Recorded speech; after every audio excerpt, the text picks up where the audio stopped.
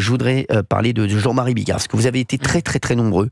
D'ailleurs, Pascal m'en a parlé, Pascal Praud, il y a un instant sur Europe 1, à regarder l'émission hier à la télé où Jean-Marie était mon invité. Et il a parlé de ce qu'il avait touché dans la vie. J'en ai parlé, je lui ai dit, apparemment, Jean-Marie, tu aurais touché entre 80 et 100 millions d'euros dans ta carrière. Tu aurais gagné entre 80 et 100 millions d'euros. Et il a été incroyable. C'était un moment d'émotion fou. Il avait dit, par exemple, voilà, il disait, un Zénith, c'est 5000 places à 35 euros. Je gagnais 100 000 euros par jour. Je faisais 150 dates par an. Vous vous rendez compte ou pas ? 100 000 euros par an, 150 dates par an. Il nous a raconté qu'il avait vendu 7 millions de DVD. Ouais, ou pas 7 millions de DVD sur le Stade de France seulement. 7 millions de DVD, il nous a dit qu'il prenait, je crois, 2 euros par DVD, ce qui faisait 14 millions. Et surtout, il a dit qu'il n'avait plus rien. Exactement. Qu'il avait gagné entre 80 et 100 millions d'euros et qu'il n'avait plus rien. Et c'est pour moi, c'est peut-être la plus grande des 3-4 plus grandes stars de l'humour. On oublie à quel point ça a été une vedette. C'est toujours une énorme vedette, Jean-Marie. Je vous le dis, c'est toujours une énorme. Et c'est vrai que moi, il a beaucoup ému les gens quand il a dit aujourd'hui je suis une merde. Et c'est vrai que ça m'a. Moi, j'aime tellement ce gars que ça m'a vraiment. Ça m'a fait mal de le voir comme ça. Et Jean-Marie, il faut que vous sachiez, il cartonne toujours. Mais c'est vrai qu'il a. Voilà, il est de retour au théâtre, on a appris ça hier, donc. Exactement, il va être retour de théâtre. Mais bon, vous vous rendez compte, quand vous voyez ça, juste quand vous dites. C'est ce que me disait Pascal tout à l'heure, il est venu me voir, Pascal Praud, il me dit mais comment, c'est vrai Cyril, entre 80 millions, mais comment il te reste plus rien? Voilà, c'est ça que les gens comprennent pas. Comment il te reste plus rien quand tu as gagné 80 millions d'euros? Est-ce que d'Artigol, toi tu réagis comment là-dessus?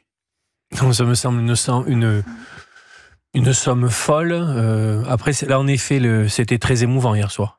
Ouais. Parce qu'il y avait une plus qu'une tristesse, quelque chose de très marquant, de très touchant qui se dégageait de lui. Et en disant, mais je suis un imbécile un peu, et puis maintenant j'ai aimé dans le zoo, j'ai plus que ma cage et on passe me voir, mais je suis plus la vedette du zoo. Ouais. Bon, c'est aussi une réflexion sur le métier. Je pense qu'il a dû être très généreux aussi. Parce qu'il en a parlé. Justement. Il a été. Fabien, c'est une dimension aussi. Et vous l'avez dit, Cyril, très justement, c'était une des plus grandes stars du rire, peut-être sur ces 50 dernières années. Et c'est toujours. Il a financé une maternité en Afrique complètement de A à Z pour des femmes qui ne pouvaient pas. Et les fauteuils. Des fauteuils. Il avait une association qui s'appelait les Bouchons, les petits bouchons, quelque chose comme ça. Il fallait très généreux aussi avec les membres de sa famille, que ce soit sa belle famille ou sa famille. Non. Et puis attention, il ne faut pas oublier qu'il y a 47% d'impôts sur les sommes engendrées, bien sûr. Exactement. Tout ça. Alors après, ça reste quand même. Ça reste des sommes importantes, mais il y a une grande partie qui partent aussi déjà. Même s'il y a 50%, ça veut dire qu'il vous reste 40 millions. Voilà. Okay. Oui, c'est pas rien non plus. Ah bah non, 40 mais millions. Très généreux. Et je pense qu'il s'est pas rendu compte. Tous les artistes ont eu beaucoup cette chute comme ça. Il y en a énormément qui ont gagné des sommes folles.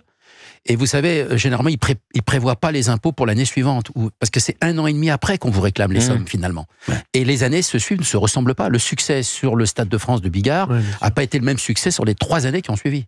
Donc ces sommes folles, si elles ont été investies ailleurs et pas thésaurisées pour payer le trésor public 1 an et demi plus tard, ben voilà, quand c'est mal géré, ça s'appelle de la mauvaise gestion aussi, à un moment donné. Non, mais après, Jean-Marie, je vous le dis, il y a beaucoup de gens qui ont profité de lui. Qui était sur ses côtes, combien il avait de potes qui étaient avec lui, et c'était des restaurants à 20 30 personnes où il régalait tout le monde. Exactement. Je vous le dis, il régalait tout le monde en vacances. Et puis il produisait ses spectacles. Voilà, il faut des restaurants à 40 millions d'euros. Non, c'est surtout la production de ses propres spectacles, parce que là, ça coûte de l'argent. Quand tu loues le Zénith ou le Bercy ou le Stade de France, etc. Et il y a quelque chose qui coûte très très cher aussi, c'est les divorces. Le divorce. Il a divorcé de sa première femme, et ça, je peux vous dire que voilà. Ça, c'est carotte. Je vous le dis. Donc, forcément. Je sais pas, j'ai l'impression que autour du studio, là, vous êtes en train de réfléchir à qui? À ce problème du divorce. Ah, pas du tout. Non, je suis pas marié, donc je veux dire, le seul qui peut réfléchir, c'est Gauthier Lebret. Moi, je ne vois pas du tout divorcer. Oui, mais je peux dire, mais ta femme, j'ai encore hier. Non, par rapport à l'argent. Et si c'est par rapport à l'argent, il faut que je divorce maintenant. C'est demain que c'est dangereux. Elle m'a dit, ta femme, elle va tout te prendre.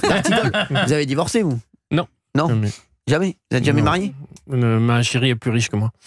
Non, mais vous êtes avec votre chérie depuis combien de temps? 10 ans. Enfin, vous êtes marié? Ah, déjà 10 ans. On est ensemble. Mais vous êtes jamais marié avant? Non. Comme vous? Vous n'êtes pas marié? Non, mais lui, c'est pas ça. Vous étiez avec quelqu'un avant? Oui, bien. Mais jamais marié. Il s'est jamais marié. C'est question personnelle. Ah, je connais D'Artigol. Je connais les communistes. Il n'a pas voulu partager. Je connais les communistes. Ils ont un adage. C'est quoi? Ils disent toujours: ton mariage te coûtera, ton divorce te coûtera beaucoup plus cher que ton mariage. N'oublie jamais ça.